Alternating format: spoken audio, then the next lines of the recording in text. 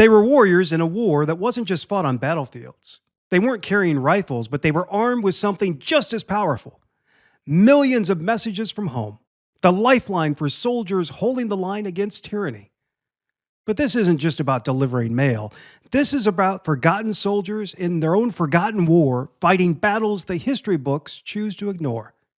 This is the story of the 688, the only all-black, all-female unit deployed overseas in World War II. But first, if you enjoy stories they try to erase but we're committed to tell, you're at the right place. That's what we do here. He Story drops 2 new episodes a week, so if this is important to you, like and subscribe.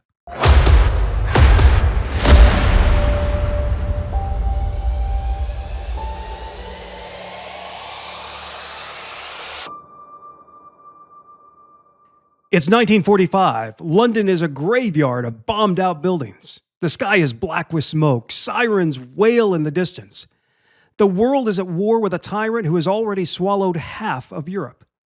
Hitler's forces are relentless. Entire families wiped out. Cities burned off the map.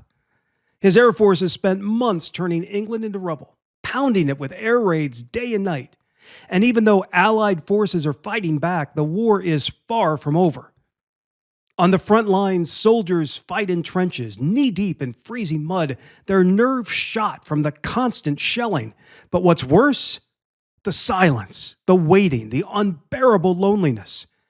Many of these soldiers haven't heard from home in months, some in years. Letters, messages from wives, mothers, children sit piled up, undelivered in massive rat-infested warehouses. The morale of the troops is crumbling. And that's when the Army calls in the 688th. They weren't supposed to be here. The Army never planned to send them. But after pressure from civil rights leaders like Mary Beth Methune and First Lady Eleanor Roosevelt, the U.S. military finally authorized an all-black, all-female unit to serve overseas. The 688th Central Postal Directory Battalion was their official name, but the women called themselves the 688. Leading them was Major Charity Adams, a woman who had already shattered barriers as the first black woman commissioned in the Women's Army Corps. She was tough, smart, and unwilling to be pushed aside. She knew what was coming. She had been dealing with racism since the day she put on the uniform. Before they ever set foot in Europe, the women of the 688 trained at Fort Oglethorpe, Georgia. Conditions were brutal. Segregation was enforced at every level. White officers doubted them. Some actively worked against them. They weren't allowed in certain clubs or restaurants. They weren't given proper facilities. And when 3 black whacks were beaten in Kentucky for sitting in a whites-only waiting room, the Army court-martialed them, not their attackers. The message was clear. Even as they fought for their country refused to fight for them. February 3rd, 1945, the Atlantic Ocean. The SS Île-de-France is cutting through icy waters. Below deck, 855 black women sit in silence, knowing they are heading into the unknown. Somewhere beneath them, German U-boats lurk, hunting American supply ships. If they're hit, they'll sink, and no one will come for them.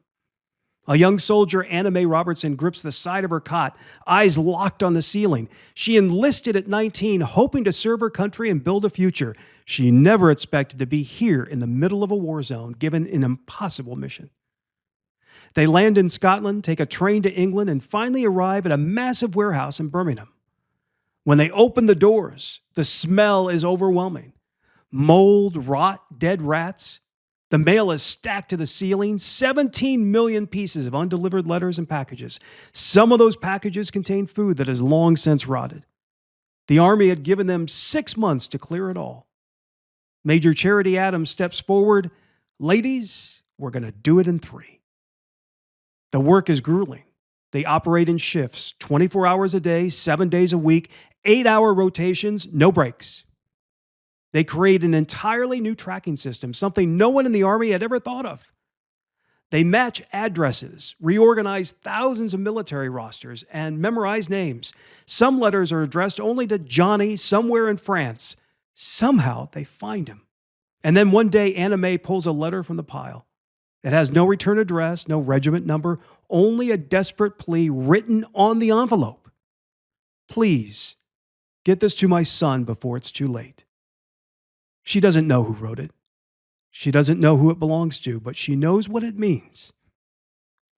Every single letter in this warehouse is someone's last hope. Meanwhile, racism follows them wherever they go. One day, a white general storms into the warehouse and tells Major Adams that a white officer will be sent to oversee her unit. She stands firm. Over my dead body, sir. The general backs down. The women keep working. And they don't just succeed. They shatter expectations. In just 3 months, they clear the backlog in England. The army is stunned, but instead of praise, they get another impossible assignment. They are shipped to France, where another massive backlog awaits. Again, they do the impossible. Again, they clear the backlog in record time. But war does not let them go unscathed. In Rayon, France, July 8, 1945, 3 members of the 688 are being transported in a military truck when it loses control. The vehicle flips. Private Mary Bankston and Private Mary Barlow die on impact. Sergeant Dolores Brown clings to life for 5 days before she too succumbs to her injuries. The Army doesn't hold a grand funeral. There's no nationwide recognition. They are buried in France, forgotten. By March 1946, the war is over and the 688 is disbanded. The women return home. Some stay in the military. Some go back to civilian life. But no one talks about what they did. History moves on. For decades, the 688 is erased until 2022, nearly 80 years later. The 688 finally gets its due. President Joe Biden signs a bill awarding the Congressional Gold Medal to the entire battalion. Only 4 members are still alive to witness it. One of them, Anna Mae Robertson.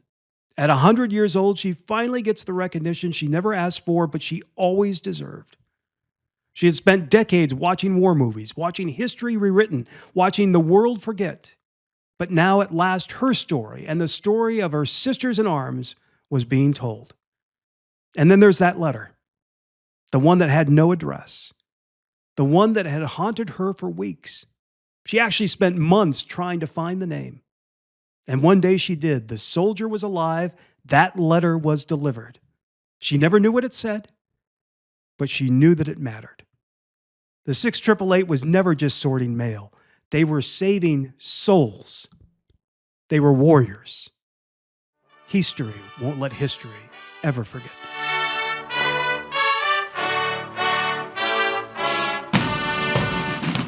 New episodes drop twice a week only on Heath Story. If you'd like to support the channel, subscribe now, leave a like and a comment, and become a member by clicking below.